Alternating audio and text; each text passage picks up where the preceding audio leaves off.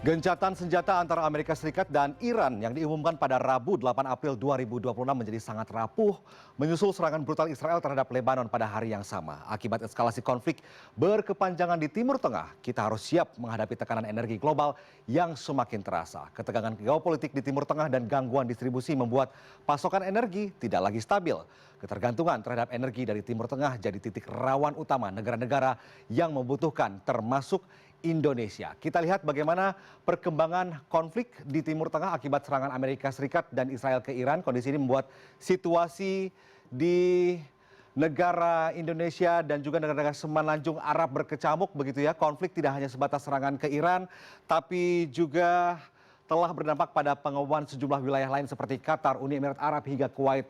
Dan meski Amerika Serikat ini menunda program membumi hanguskan Iran selama beberapa pekan ke depan, kondisi Timur Tengah masih terus memanas dan Iran tetap melakukan restriksi di Selat Hormuz.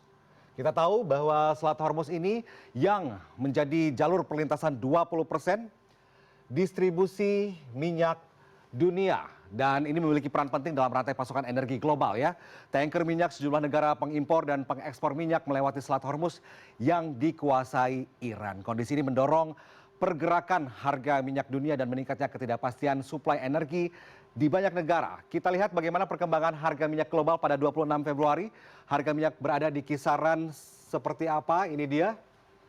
Di tanggal 26 Februari harga minyak ini di kisaran 66 dolar Amerika Serikat. Kemudian di tanggal 6 Maret naik menjadi 90 dolar Amerika Serikat. Kemudian di tanggal 9 Maret ini naik besar-besaran, harganya mencapai 118 dolar Amerika Serikat, kemudian sempat turun di tanggal 13 Maret, kemudian di tanggal 30 Maret naik lagi, dan di April tanggal 2 naik 112 dolar begitu ya.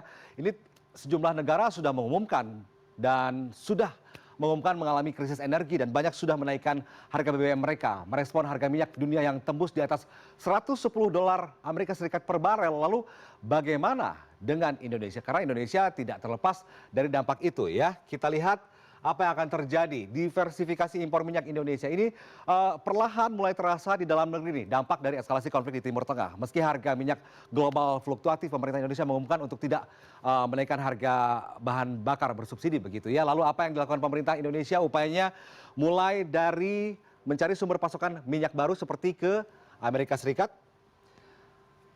Dari sini, kemudian ada juga Nigeria dan Angola. Dan juga Brazil hingga wacana impor minyak dari Rusia. Kemudian untuk meningkatkan kapasitas pengolahan di dalam negeri, mendorong penggunaan energi alternatif, memperkuat distribusi agar pasokan BBM digunakan lebih efisien dan tepat sasaran. Ya, semua ini menjadi bagian dari upaya untuk menjaga aktivitas masyarakat dan ekonomi tetap berjalan begitu ya. Pemerintah juga mengambil berbagai langkah strategis untuk menghadapi tekanan energi. Di antaranya adalah ini adalah rencana mempercepat melalui program biodiesel B50.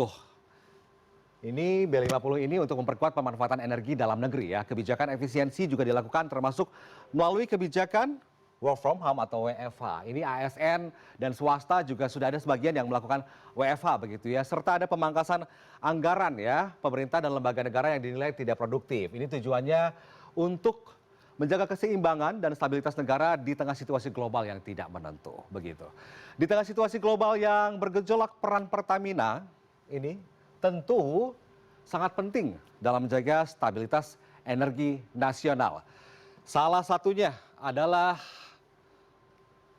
menjaga stabilitas dengan upaya menjaga harga bahan bakar minyak atau BBM. Kebijakan ini diambil agar tidak memberikan tekanan berlebih ke masyarakat tentunya. Dan perlu diketahui, jaringan distribusi di Indonesia ini adalah salah satu yang terumit di seluruh dunia karena terdiri dari kepulauan wilayah perintis, di sisi lain juga pasokan BBM terus dijaga agar tetap tersedia baik di kota besar maupun daerah begitu. Distribusi juga menjadi kunci dengan memastikan energi ini bisa menjangkau banyak sekali daerah di Indonesia yang merupakan kepulauan dan upaya ini didukung oleh penguatan infrastruktur dan sistem logistik yang terus dikembangkan oleh Pertamina tentunya. Tapi pada akhirnya Pemerintah juga meyakini bahwa masyarakatlah yang menjadi bagian yang tidak terpisahkan. Di tengah berbagai dampak dari situasi eskalasi geopolitik dan juga perang di Timur Tengah, maka diharapkan masyarakat ini bisa menggunakan energi secara bijak begitu ya. Di antaranya adalah langkah yang bisa dimulai dari sekarang. Nggak perlu yang besar-besar, dari hal terkecil yang sederhana dalam kehidupan sehari-hari. Misalnya mematikan lampu nih ketika tidak digunakan di rumah, ini juga menghemat energi. Kemudian juga bisa dengan menggunakan kendaraan umum ketika bepergian, bekerja salah satunya, apalagi Jakarta ya. Kemudian juga bisa menggunakan sepeda, menggunakan kendaraan-kendaraan yang tidak menggunakan bahan bakar minyak tentunya. Ini hal kecil tapi dampaknya besar. Karena langkah kecil ini bisa memberikan dampak besar dan akhirnya ketahanan energi bukan hanya tentang sistem, tapi juga tentang dukungan kita semua.